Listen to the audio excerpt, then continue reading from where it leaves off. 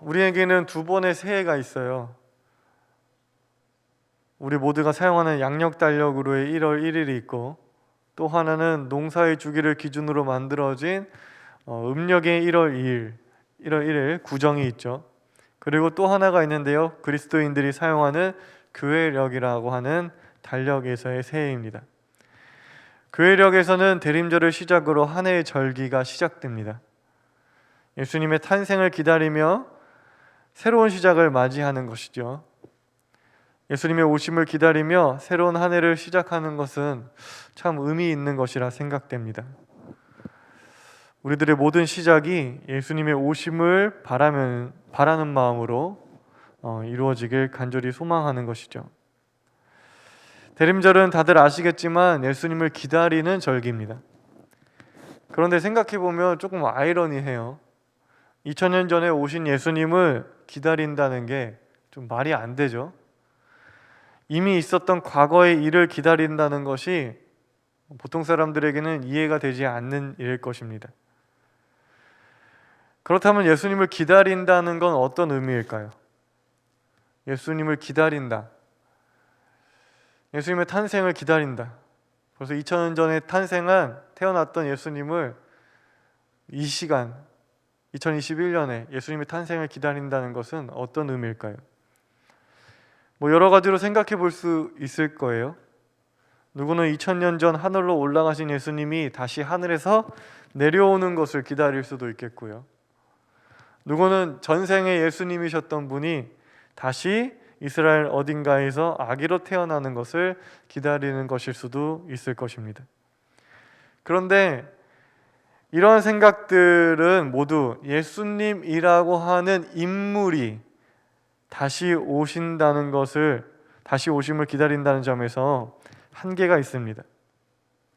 다 예수님이라고 하는 사람이 다시 오는 것을 기다린다는 한계가 있는 것이죠.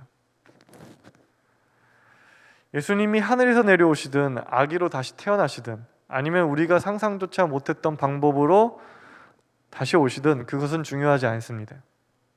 중요한 것은 뭐냐? 예수님의 오심으로 인하여 이루어질 일들인 것입니다. 예수님의 오심은 하나님의 뜻이 이루어짐을 의미하는 하나의 표현인 것입니다.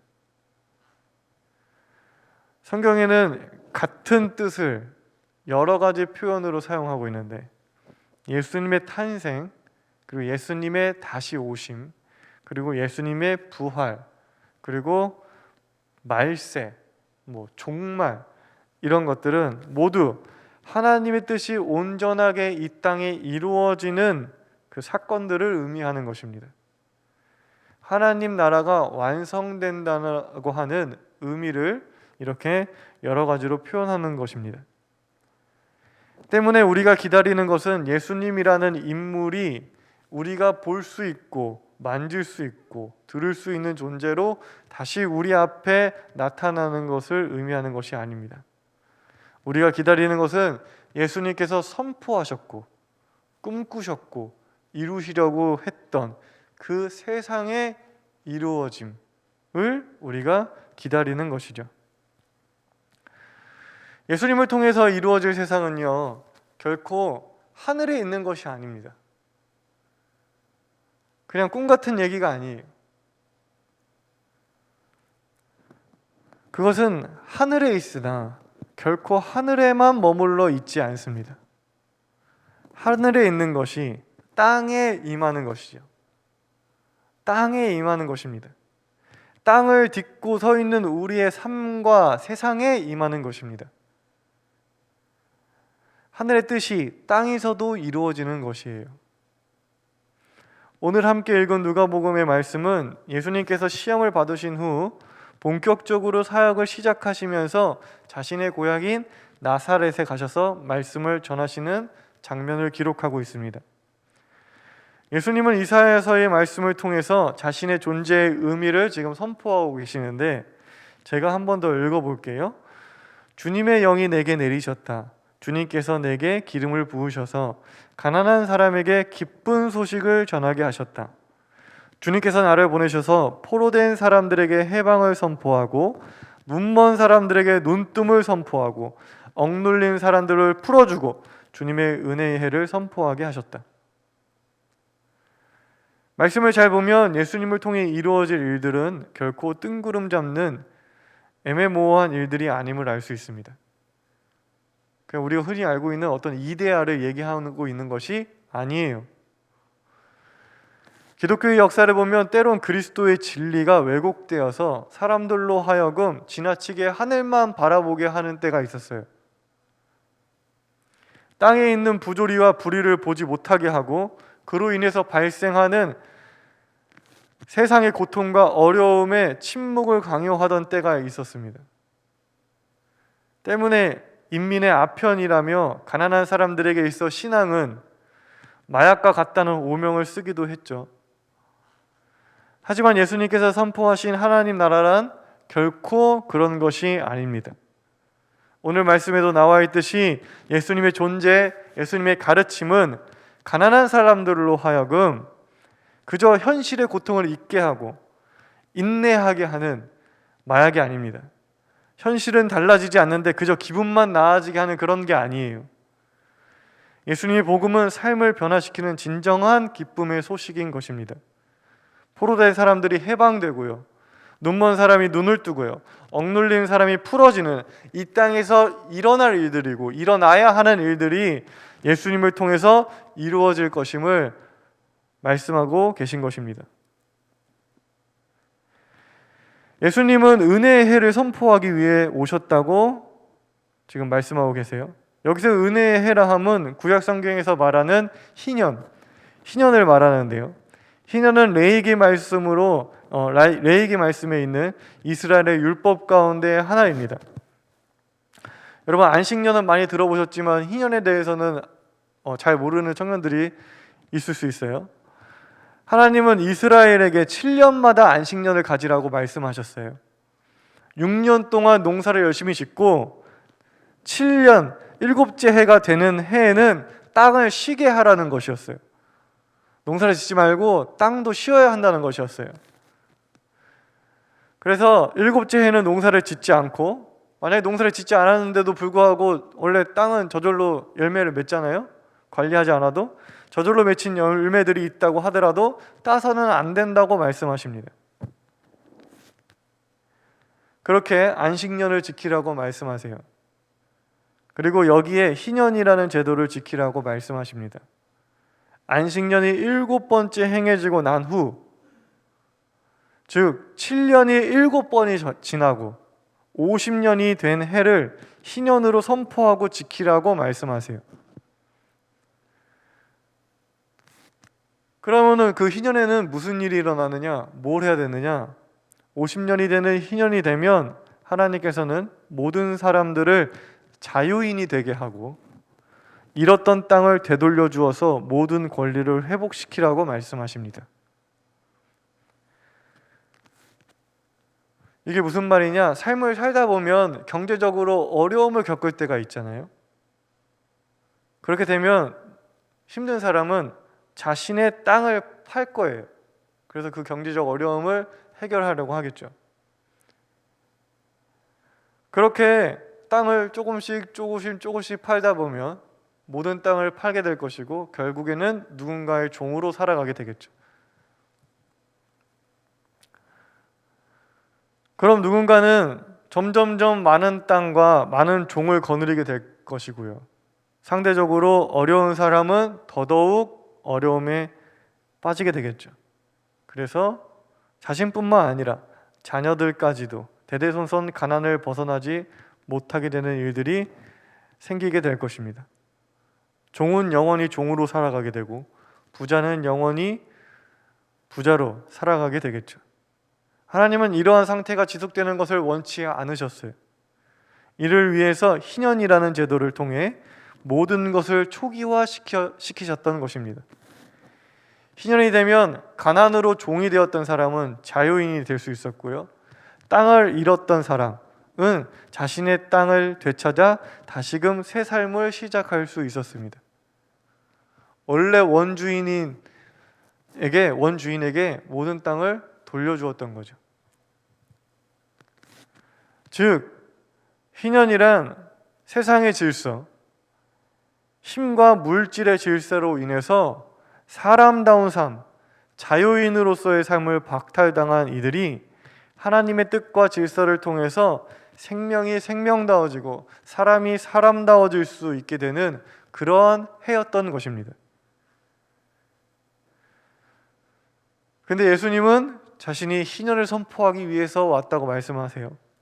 즉 예수님을 통해 이루어지는 세상은 바로 희년, 은혜의 해인 것이죠. 희년의 세상이 이루어짐을 예수님의 오심은 의미하고 있는 것입니다. 우리가 대림절을 맞으며 기다리는 것 또한 바로 그러한 세상인 것입니다. 예수님이 선포하고 가르치고 꿈꾸고 이루시려고 했던 바로 그 세상인 것입니다. 물론 2000년 전에 비하면 세상이 많이 좋아졌죠. 많이 달라졌습니다. 지구 어딘가에는 여전히 포로로 잡힌 사람이 있을 수 있겠죠. 지금도. 그래도 그게 정당화되지는 않는 세상입니다. 장애가 있는 사람들이 최소한의 보호를 받을 수 있고 억울하게 감옥에 갇히는 사람이 없을 수 있도록 노력하는 시대죠. 이제는.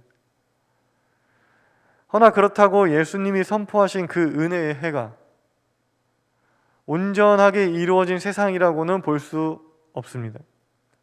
지금이 하나님 나라라고, 하나님 나라가 완성되었다고 하기에는 여전히 부족한 세상이죠.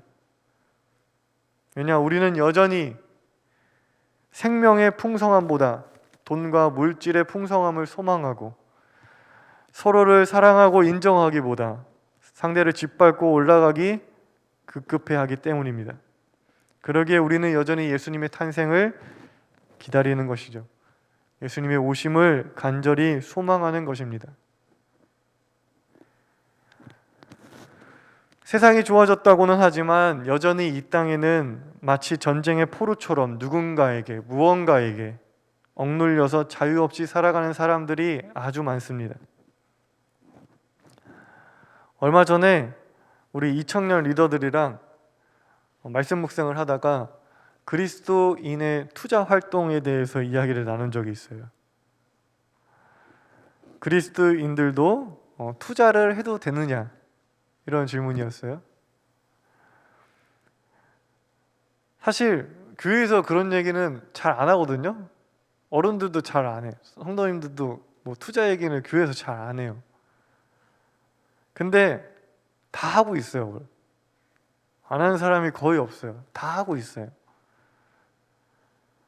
많은 그리스도인들이 투자 활동을 하고 있음에도 불구하고 그 누구도 그리스도인다운 투자, 그리스도인답게 하는 투자가 어떤 것인지에 대해서 이야기를 나누지는 않습니다. 투자를 하느냐 마느냐를 떠나서 여러분들에게 말씀드리고 싶은 거는 그런 고민이 필요하다는 거예요. 자기 나름대로 고민도 하고요, 공부도 하는 과정이 꼭 필요합니다. 여러분들, 세상의 것과 신앙의 것을 구별하고요, 세상의 것을 신앙의 눈으로 바라보지 않으려는 태도는 잘못된 것입니다. 그걸 딱 명확하게 구분하고 이 얘기는 교회에서는 하지 말아야지 라고 하고 덮어놓으면서 그걸 하고 있다면 그건 잘못된 거예요. 성과 속은 구분되어 있지 않습니다. 모든 사실들을, 모든 사건들을, 내 삶에 일어나는 모든 일들을 여러분들은 그리스도인이기 때문에 신앙의 눈으로 바라보려고 하는 노력이 필요해요. 신앙의 눈으로 해석하려고 하는 눈이 필요합니다. 그런 노력이 필요해요. 그러한 신앙적 판단이나 해석 없이 무작정 무엇이 돈이 된다더라, 이익이 된다더라 이야기를 듣고 따라간다면 자신의 유익을 따라 사는 사람들과 우리가 무엇이 다를까요? 다른 게 없습니다. 그러니까 우리는 고민해야 해요. 정답은 없을 수 있어요. 정답을 모를 수는 있어요. 그래도 고민의 과정이 없어서는 안 됩니다. 그리스도인은 투자를 해도 될까? 해도 된다면 어떤 방법과 모습이어야 할까? 여러분은 어떻게 생각하시나요? 저도 분명한 정답을 가지고 있지는 않아요. 하지만 분명하게 말씀드리고 싶은 것은 그게 여러분의 투자 활동이 여러분의 생계와 삶의 전반을 흔들게 만들어서는 안 된다는 것입니다. 그것이 여러분의 삶의 성패를 좌우하게 해서는 안 된다는 거예요. 투자한 것이 실패했을 때 여러분의 삶 전체와 존재 자체가 흔들린다면, 그래서 그것이 여러분의 생계와 목줄을 움켜쥐는 것이 되어버린다면 그 사람은 자유인이 아닌 것입니다. 그 사람은 하나님의 사람이 아닌 것이죠. 그 사람은 돈과 물질의 노예가 되어버린 사람인 것입니다. 자신의 생명줄을, 자신의 삶 전체를 지금 하나님이 아닌 다른 것이 잡고 있기 때문이죠.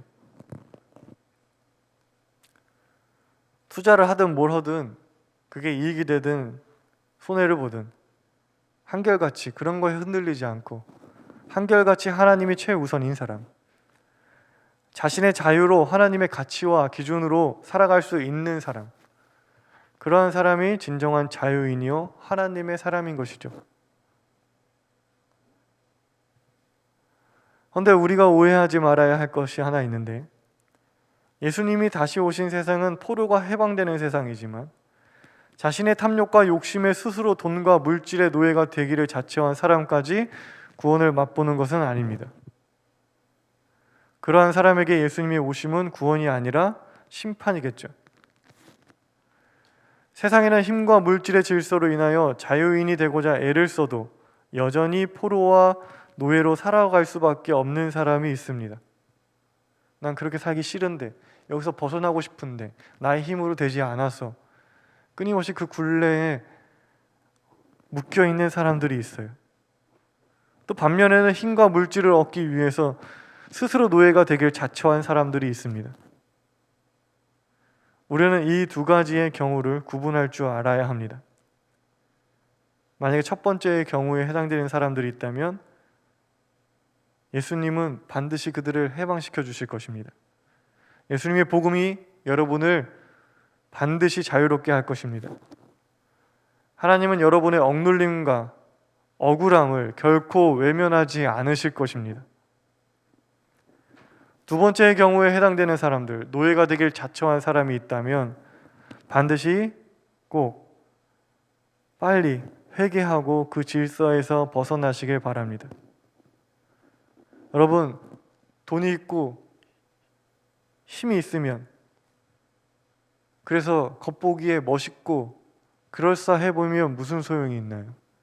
결국 노예인데요.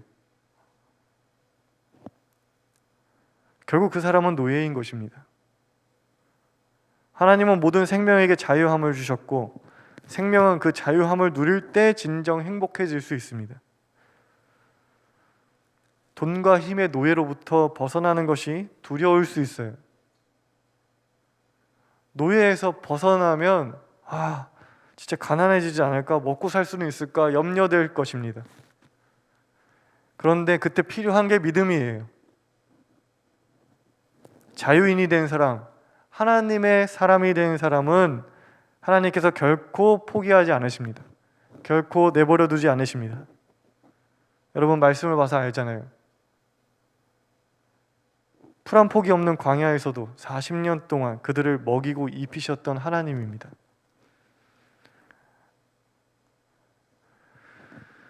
둘째로, 세상이 좋아졌기에 물리적으로 앞을 보지 못하는 분들이 지난날에 비해서 많은 도움과 지원을 받을 수 있는 세상이 되었어요.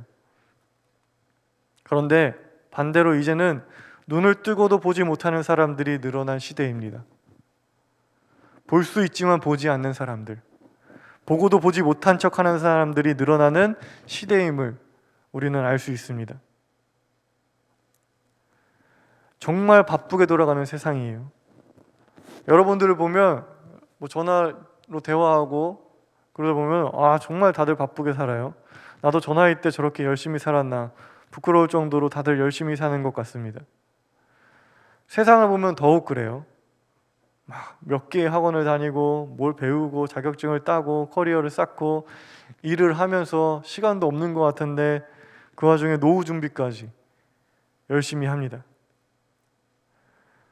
그런데 그렇게 몸은 바삐 움직이는데 죽어라고 열심히 뛰고 있기는 한데 다들 보면 눈은 감고 뛰는 것 같다는 생각이 들곤 합니다. 자기가 어디로 뛰는지, 어디를 바라보며 뛰어야 하는지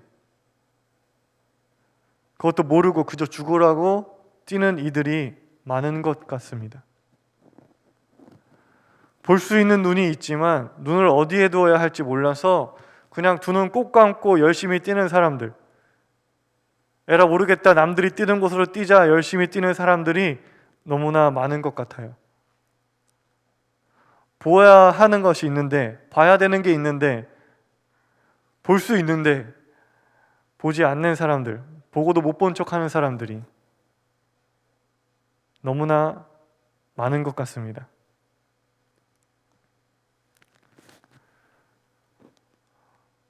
우리는 예수님을 통해 볼 수 있게 되어야 합니다. 봐야 하는 것을 볼 수 있게 되어야 합니다. 그리고 사람들이, 세상 사람들이 그것을 보게끔 해야 합니다.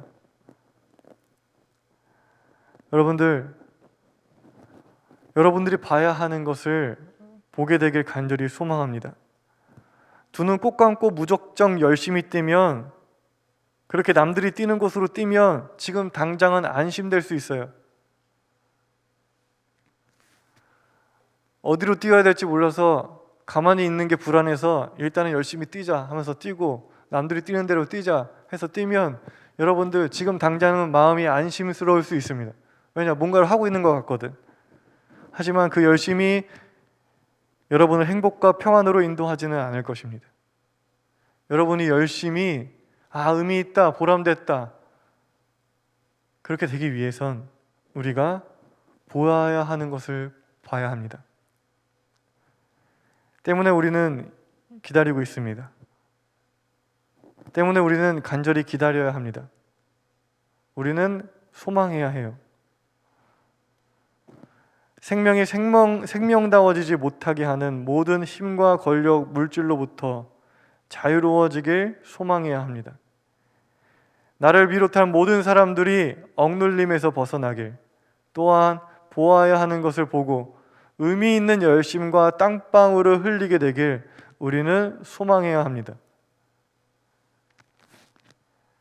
우리는 기다림에 대해서 오해할 때가 있는데, 기다린다는 것은 넋놓고 있겠다는 것이 아닙니다. 기다린다는 것은요, 첫째, 그것이 이루어질 것이라고 굳게 믿는 것입니다. 여러분, 이루어지지 않을 것을, 오지 않을 것을 기다리는 사람은 없어요.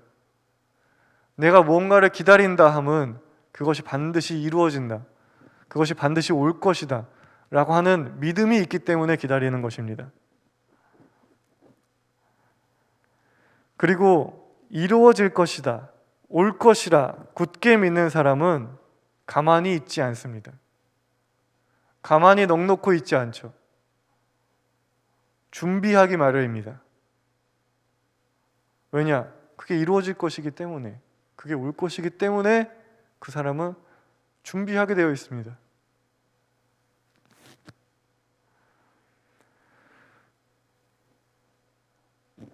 우리가 이 대림절 기간